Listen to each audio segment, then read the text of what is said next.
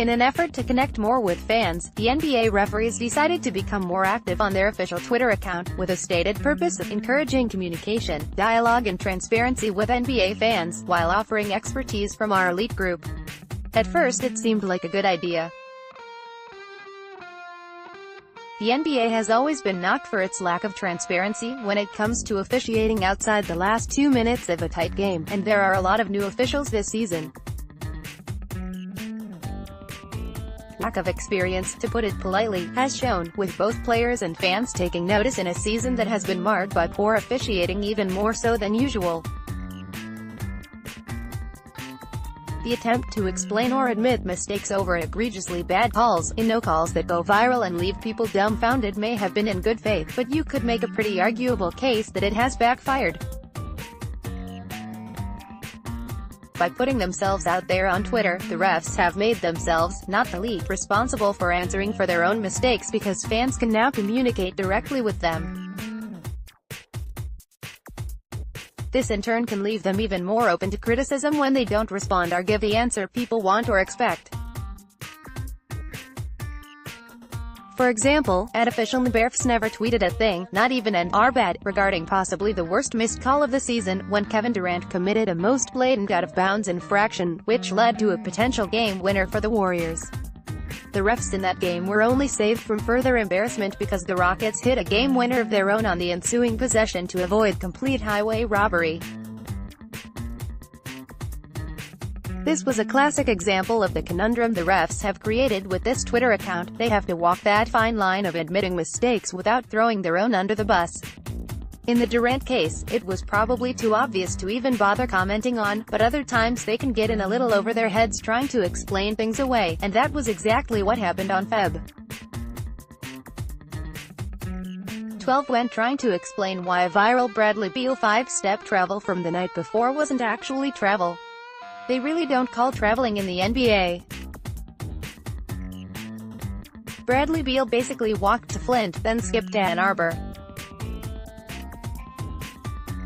pic.twitter.com/Zysapixlos, Michael Lee, @MrMikeLee, February 12, 2019. Their explanation: the offensive player gathers with his right foot on the ground, then takes 2 legal steps before losing control of the ball. After regaining possession, a player is allowed to regain his pivot foot and pass or shoot prior to that foot returning to the ground. This is legal.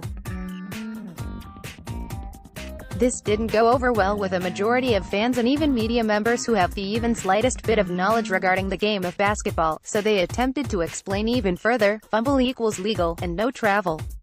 No fumble equals travel. It's understandable for people to think that the offensive player doesn't lose control, and therefore travels. But the officials on the floor deemed it a fumble, and therefore legal. This is what makes this job so difficult. pic.twitter.com/81iglim9mg, NBA referees, @official Nberfs, February 12, 2019. Fumble. Whoever knew there was a fumble rule in basketball? I've always associated the terminology with American football. As the refs pointed out, a basketball fumble is officially defined as the following: a player who is holding the ball and fumbles it out of his control may recover the ball. If his pivot foot moves to recover the ball, he must then pass or shoot the ball. If he fumbles and recovers it without moving his pivot foot and before the ball touches the floor, he retains his status before the fumble. That still doesn't sound right. First of all, I'm not entirely sure Beal actually lost complete control of the ball, considering he keeps a hand on it the entire time, almost immediately regathers with both hands, and the ball never touches the ground or anything else.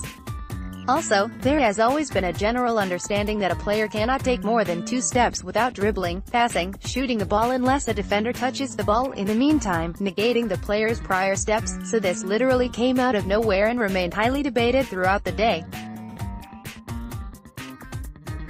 @official Nberfs wounds. Vice President of Referee Development Monty McCutcheon actually came out later that evening and said they got it wrong. Beal did in fact travel because he fumbled after his second step, when a player either has to shoot or pass but nothing else. While in some cases a fumble at the end of a dribble on the gather can be retrieved, that is not what happened on this play.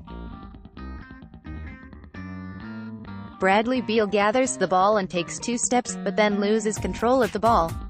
Once he has lost control after taking the 2 steps, he must regain control and pass or shoot before taking another step in order to be legal. Since he does not regain control until another step, the play is a travel. Ouch. So the fans were right and the refs were wrong. What a surprise. Regardless, this falls on the league, not the officials. Even if Beal's 5 steps without a dribble or any contact ended up not being legal after all, the fact that it still could have been had he lost it a step earlier, maybe taking 4 steps instead of 5, still makes Section 17, Fumble, the dumbest rule in basketball. Essentially rewards a player for their own unforced error, and now that this rule has been exposed, an unholy beast may have just been released. In a league where players like James Harden are already blurring the lines between what is and isn't travel with his double step-back move, you know this fumble thing could just as easily be exploited now that it's out there. Having trouble getting to the basket or dribbling around a defender? Just nonchalantly loose the ball by tossing it a little ways in front of you, take a step or 2 by the suddenly confused defender, regather the ball, and score. Easy peasy. This has potential to become the traveling version of flopping. Time will tell if players start taking new advantage of a rule they likely didn't know existed until now, but even if they don't, I would argue the league needs to get rid of ASAP. Under no circumstance should a professional basketball player be rewarded, or at least not punished, for losing control of the ball and force no matter what step count he is on, and as a result get an advantage on the defense. It defies all logic. Plus, like the refs said, obscure rules like this is what makes their job so difficult.